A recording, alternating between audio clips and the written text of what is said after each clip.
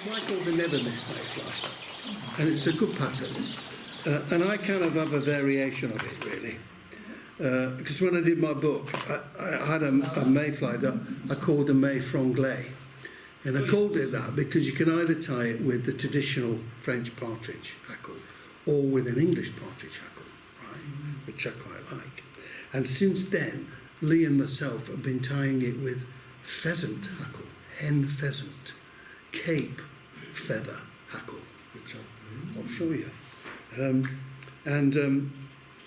I would normally tie that on a 12 or a 10 because there's like two sizes of mayfly, and some say, well, the males are smaller than the females, but others say, well, actually the small ones are the ones that have only been in the mud as nymphs for 1 year, and the big ones have been there for 2 years, right? So that's why they're bigger. So anyway, that means I tie some on 12s and some on 10s, but I only ever use one single hook make for my mayflies, and that is this, and that is a grip 1180BL, BL meaning barbless. And the reason I use that is because it is incredibly thin for its strength, right? If you get, you know, what's the standard dry fly hook? TMCO 103BL, yeah? If you get that in the sizes you need, which is, they're in odd sizes, aren't they? So if you get that in a 9, say, an 11 or a 9, they're quite big and heavy. You know, whilst the 16 and 18s and 14s are nice, they get progressively thicker and heavier. Whereas this is strong as they come and as light as they come. Grip hooks, they're from South Africa, they're fabulous. They're imported by Chevron Hackles, and you buy them from Pete Waterhouse, is it? Waterhouse. Yeah. Waterman. Waterman. He sells them. Great hooks. So I would tie normally the Mayfly Franglais with a kind of Danica type dubbing, you know, and I've done that a lot. Then Honor and I were going fishing on the Wiley one day, and I thought, I know what I'll do for a laugh. I'll tie one with a ginger body, a ginger mayfly, right? So I did. Ginger rabbit, my favourite ginger rabbit. It moved to vice. Oh, did I? I did do that. Oh, the vice. Sorry, yeah, a big problem. I should have moved my seat because that's within the wrong place. Okay. So with that ginger rabbit, it doesn't have to be ginger rabbit. It's not easy to get, but a light ginger dubbing you can use for it. There are options anyway, and when you get the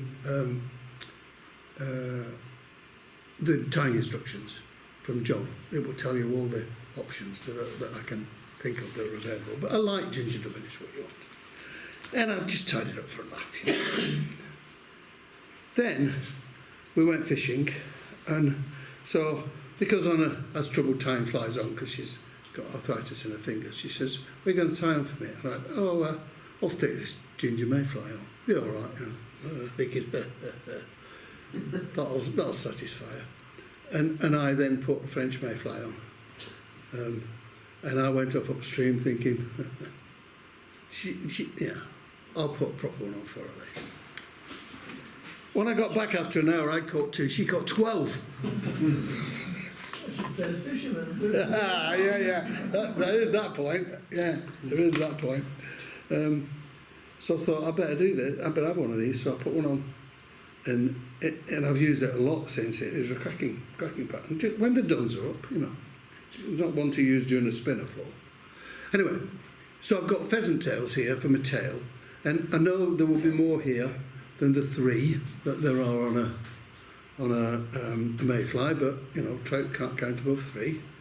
And also, these feathers are doing not just a function of being a tail. They've got a flotation function, haven't they? They're outriggers, really, to keep this thing above surface. So I just cut the ends off because they're getting away. So I've got that. Then I'm going to put in a palmed body hackle. And this is doing 2 things. It's creating it's 3 things. It's helping with the flotation. It's creating confusion on the surface film, which is what you want, I think, a lot of the time. And it's going to create the ribbing as well, which is distinct on the Mayfly, isn't it? You know. This is Cree. This is a very fine midge sort of size Cree saddle hackle. And I like Cree because I like that brown and cream grizzle combination. It's basically a grizzle but brown and cream. And you usually find the other end of the feathers usually like a red game. So it'll be red game up by the butt end, and then it will turn into a Cree as it gets nearer to the tip. So this one's all Cree. And it's very, very short in the flue, you know, so it will not stick out too much. So I just tie that in. I'm not too fussed which way it goes in. And then I just whop that lot down.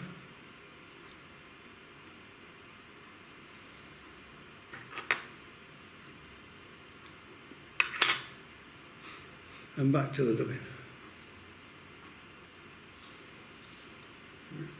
So ginger wabbit.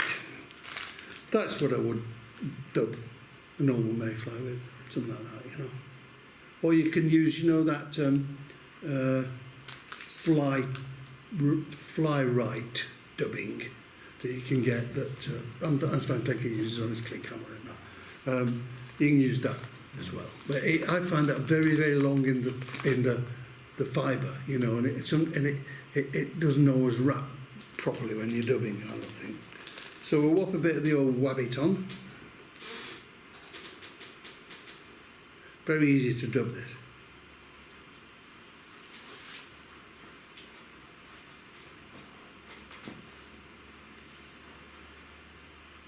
Would you use superfine on that? Yeah, I could use superfine. Yeah.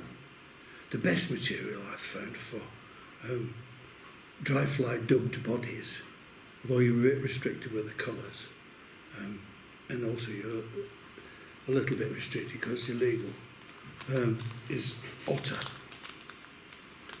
Otter. When I was doing the Draining Society, we used to go abroad to shows a lot. Dutch Fly Fair, Belgian Fly Fair, Danish Fly Fair.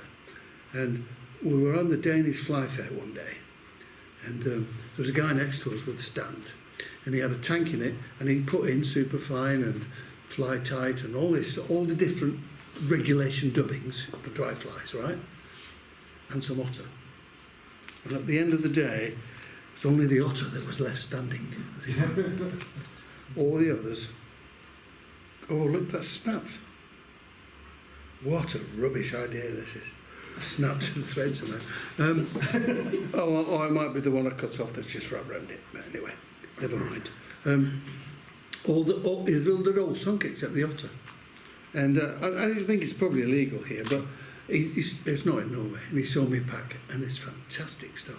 But of course, it starts off darkish coloured, and you can bleach it a little bit, but you never get into this sort of thing, you know. But this is synthetic anyway, isn't it? It's fabulous dubbing. So now we're just going to palmer it. And I usually do the first two turns quite tight together, because if you look at a Mayfly body, its first two segments are very close together, and then they spread out a little bit. It's got a little bit chubby there, but I'll do.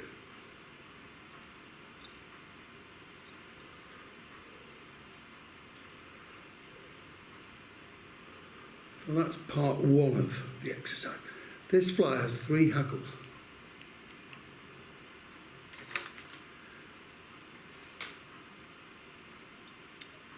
Now I'll put a little thorax on.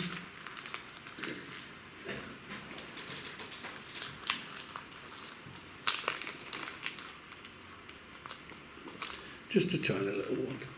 Just for a bit of colour, but no more than anything else.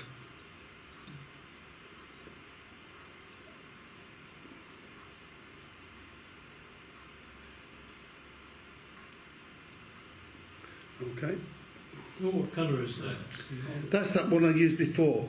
Oh, Although brown. this has been highly used, you can see. It's that very dark brown life cycle nymph again. But dark brown.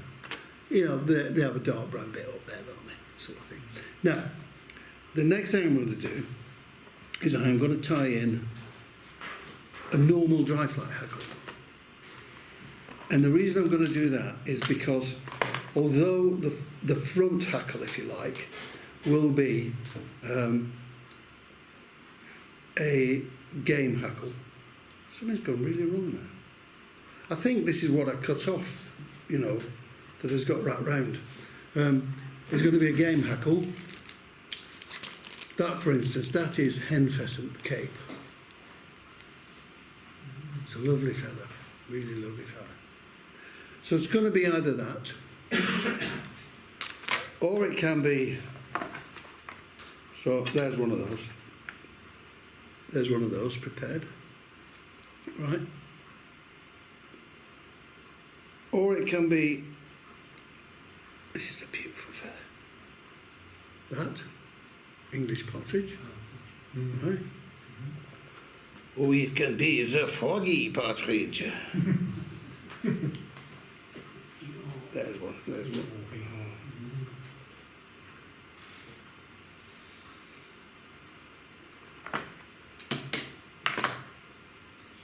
Froggy partridge, right?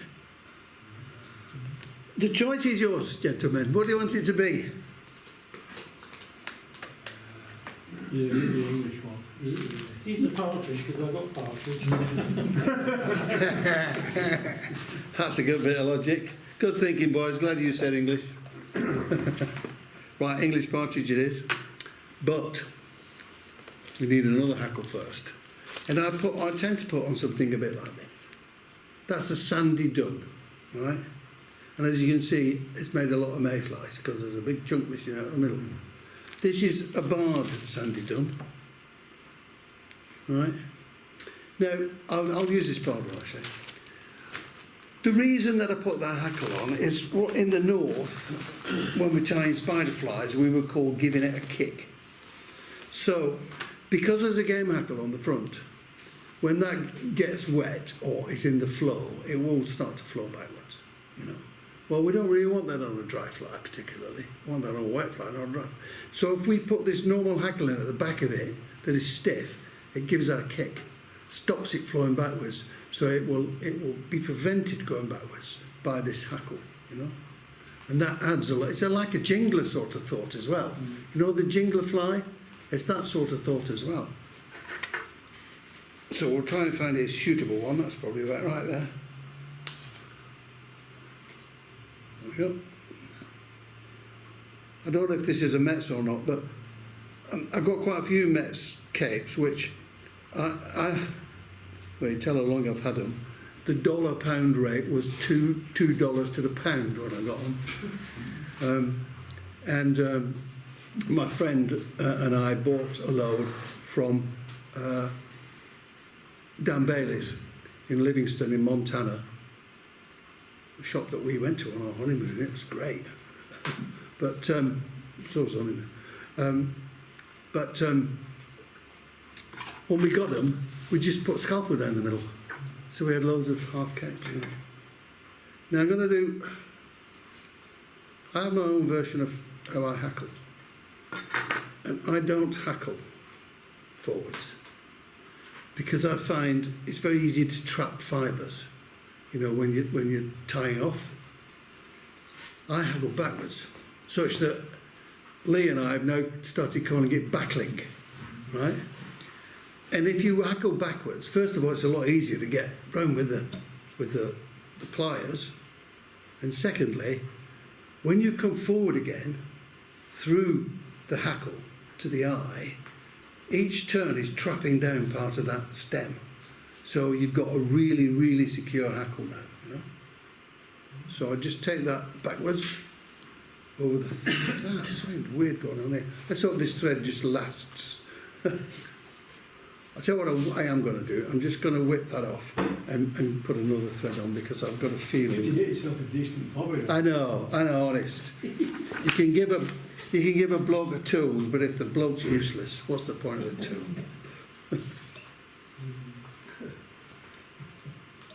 Same with a fishing rod. Yeah, I know that. I got my first fly rod in 1968. You know.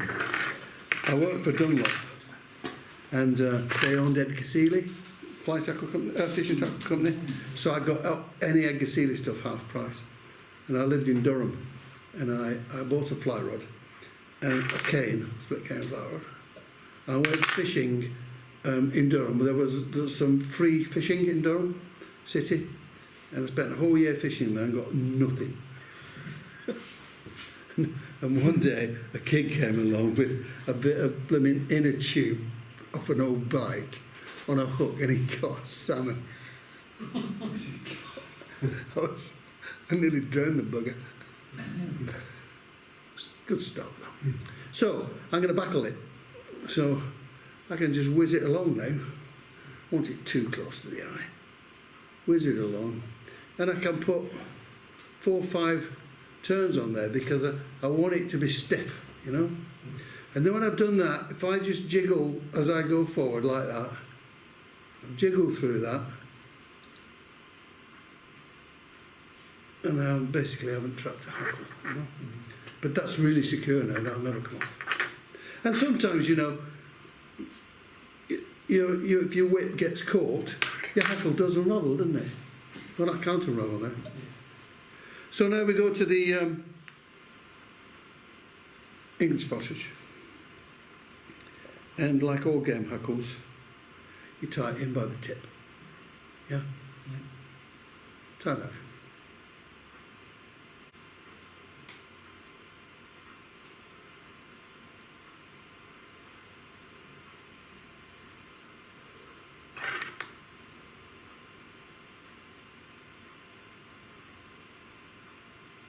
We're getting there.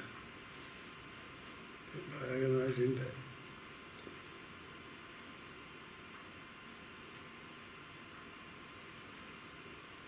Get the waste off.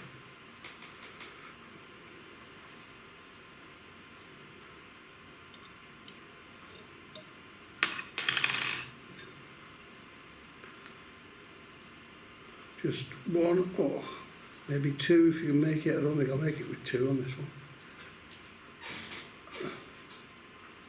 Get that around there. There we go, there's 2. 2 there. Oh, and there we go.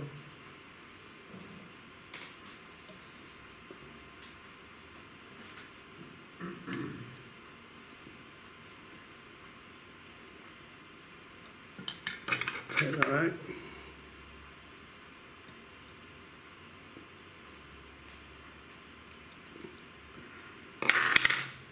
Let's see where sharp today.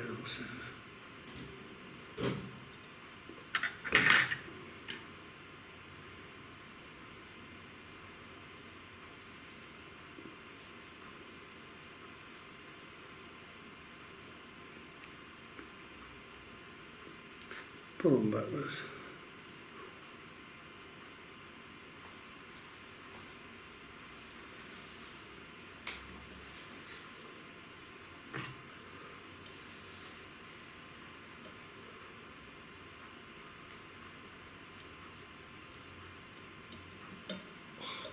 No trouble with this one today.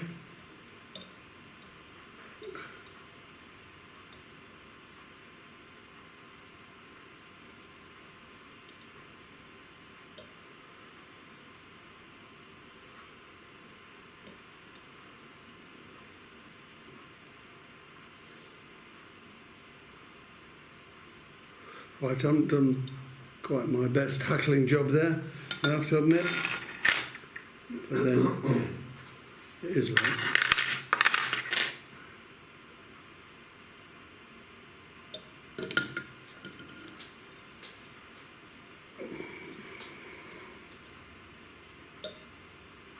But that's the idea anyway.